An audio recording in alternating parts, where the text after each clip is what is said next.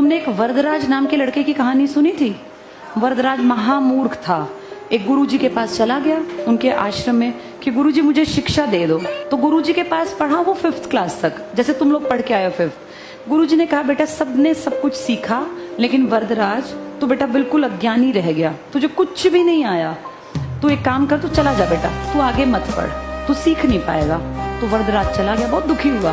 सारे दोस्त पीछे छूट गए, पढ़ाई छूट गई, गुरुजी ने मना कर दिया और कोई मुझे पढ़ाएगा नहीं, बड़ा दुखी हुआ। रोता रोता गया अपना सामान लेके, गुरुजी ने एक तरह से उसको स्कूल से हॉस्टल से निकाल दिया। जाते जाते जाते, तब तो बेटा पैदल जाया करते थे, रास्ते में एक कुआं मिला, तो वरदराज उस कुएं पे बैठ गया। बैठते बैठते आंखों से टप टप टप आंसू गिर रहे थे। सोच रहा था मैं कहाँ जाऊंगा, क्या कहूंगा मैं घर जाके, सर ने मुझे क्यों निकाला, मैं इतना बुद्धू क्यों हूँ, क्यों नहीं मुझे चीजें समझ में आती, सब लोग पढ़ सकते हैं, मैं क्यों नहीं पढ़ सकता।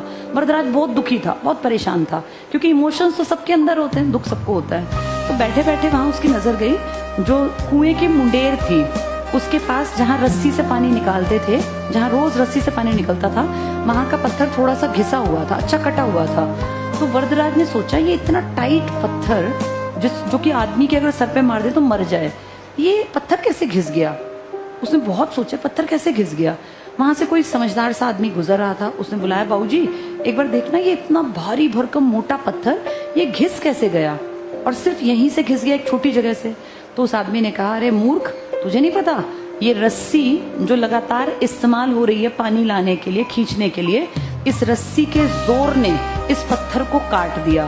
तो वरदराज ने कहा सर ये रस्सी तो बहुत हल्की है, तो नारियल के उस धागों से बनी है। नारियल देखा है, कच्चा नारियल, उसके ऊपर देखे वो जब हम कन्या जमाते हैं अपने घर पे तो नारियल नहीं रखती मम्मा, वो जो होते हैं ना उसके उसको बोलते हैं कॉयर, उसकी रस्सी एक पत्थर को कैसे काट गई।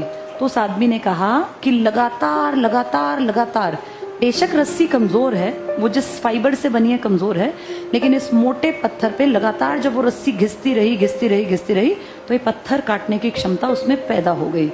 तो वरदराज के दिमाग में एकदम से एक थॉट आया कि अगर एक नॉन लिविंग रस्सी एक इतने मोटे भारी भरकम पत्थर को काट सकती है, तो क्या मैं अगर अपनी बुद्धि में बार बार बार बार बार बार चैप्टर पढ़ता जाऊं, समझने की कोशिश करूं, तो क्या मेरी बुद्धि में ये चैप्टर नहीं आएगा। उसको फील हुआ कि आएगा, अगर एक रस्सी काट सकती है एक भारी पत्थर को तो मैं भी सीख सकता हूँ।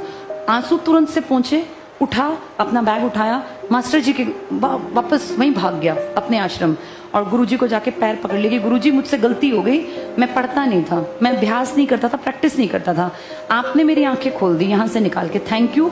और मैं हाथ जोड़ के कहता हूँ आप मुझे एक